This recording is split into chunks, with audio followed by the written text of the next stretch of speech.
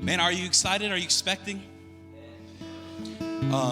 Well, this first young man that's going to come up, his name is Andrew, and I don't know him very well personally, but I did get a preview of his story, and it's powerful. And so I'm believing that it's going to bless you and challenge you in your own faith.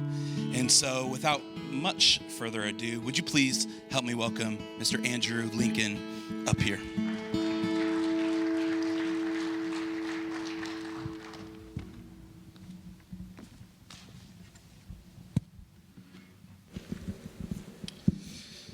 Life is about choices.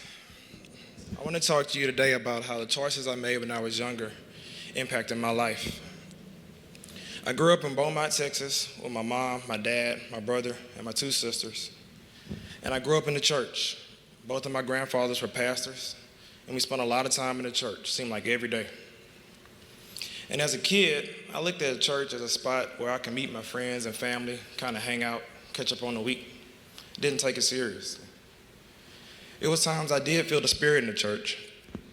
And now I kind of hunker down, wait till it pass, and get back to what I was doing. Because me, I had a plan. My plan was to do my own thing till I was about 40, and then give my life to God so I can go to heaven. Obviously, it didn't work out that way. I'm here talking to y'all today. My problems really didn't begin until I got middle school. When I got in middle school, I had this bright idea to be a hero. And the way I was going to do it is I was going to set a trash can fire, put it out, so I can save the school. Well, it didn't work out like that. I ended up getting an arson charge at age 12 and sent to alternative school. Once I got to alternative school, I started hanging out with the wrong crowd. My parents used to tell me, come home at night, don't hang out over there, but I was defiant. I was continuing to do my own thing. And I ended up violating my probation for curfew and getting sent to juvenile detention. And when I got there, they would have groups that would come by and talk to us, try to influence us to do the right thing. And I would listen to them while I was there, but in the moment I got out, I continued down that same path. I ended up violating my probation again. They gave me an ankle monitor, I ended up cutting it off, and this time the probation department was fed up with me. And they were like, they're not gonna send me to juvenile detention anymore, they was gonna send me to juvenile prison, which is a place you stay for months or years, not just days or weeks like detention. I ended up going there and doing a year and a half, but when I first got there, they had another group that would come by, similar to the one that we listened to in detention. And at the end of the group, they asked if we wanted to give our life to God. And I was like, yeah, I had nothing to lose at the moment, I felt.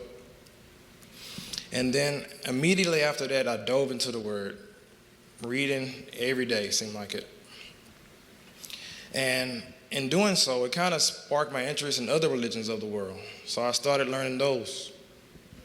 And then the one that really stood out to me was Islam. And I started studying Islam, the Prophet Muhammad, the Quran.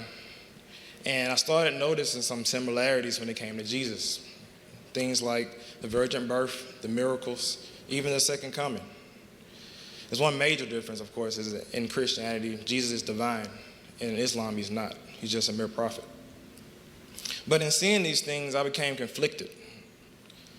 And I didn't know what to believe. So at that point, I just became agnostic. I didn't know if God was real or not. Once I got out of jail at age 16, I remember when I got home, I reached out and touched the kitchen table, and it was shorter than I remembered. And I realized this when it hit me, how much I had grown while I was in jail. And I had my GED, but my parents wanted me to get my high school diploma, so I had to go back to school. I had to work double time because I didn't do much studying when I was in jail. So I ended up getting my high school diploma and graduating on time, and then I wanted to go to the Army. I had my job picked out, I wanted to be a healthcare specialist, had a passion for health. Everything was lined out for me. But when I got to the processing center, they said I couldn't do that job because of this arson charge I had when I was 12. And they gave me a list of other jobs. And I know a lot of people believe what you do as a child doesn't follow you into adulthood, but this goes to show that it does. And I was devastated. And this, with a combination of other things, that sent me on a downward spiral. And when I got in the military, all I was doing is drinking, partying, and clubbing. And I knew this was wrong. And it reminded me of this verse, Jeremiah 31:33. I will put my law in their minds and write it on their hearts. And I will be their God, and they shall be my people.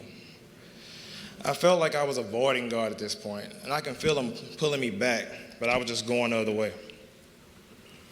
One night, I went to the club with my friends in Virginia, and we had been drinking, and I borrowed my friend's car. On the way back, I'm flying across the bridge, jamming my music.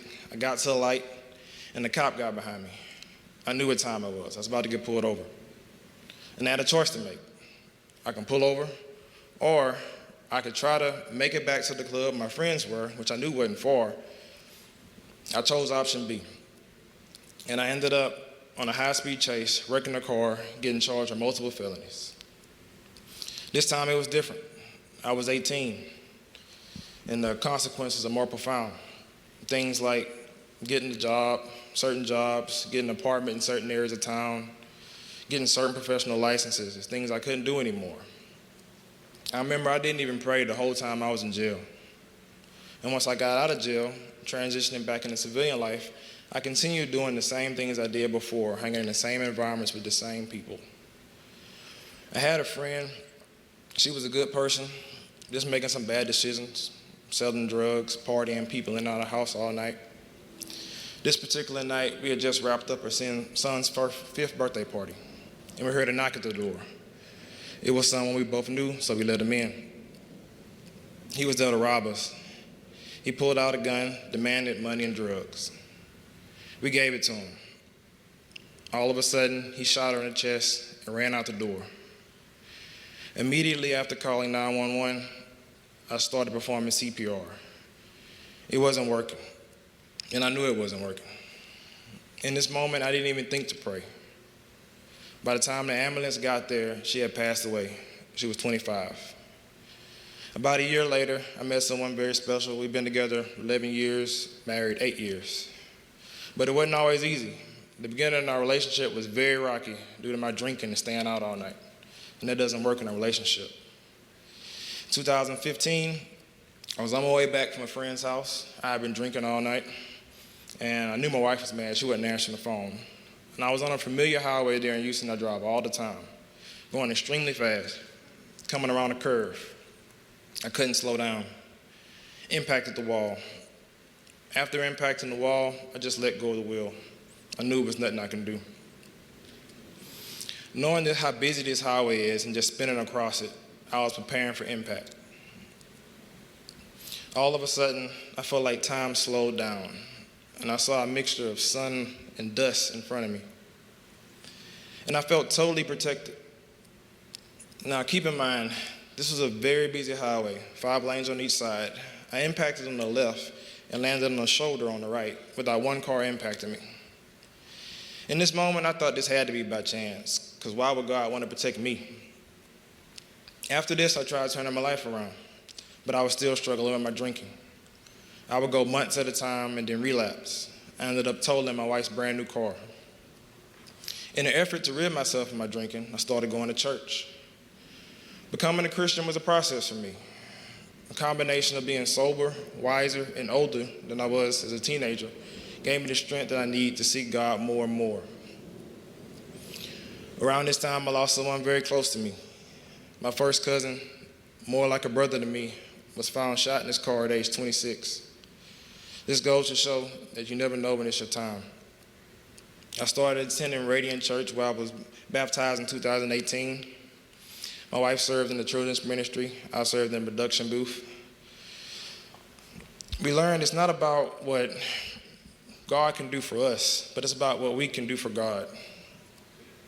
And that's part of the reason I'm here today. I was hoping that somebody, anybody, would hear my message and learn from my mistakes. Life is about choices. The choice that I made at 12 impacted the choice I can make at 17. And the choice that I made at 19 will impact the rest of my life. I feel like without these events, I wouldn't have this testimony. And I feel like without God looking over and protecting me, I wouldn't be where I'm at today. Looking back at my humble beginnings, growing up in the church, running away from God, and then coming back, I would like to leave you with this.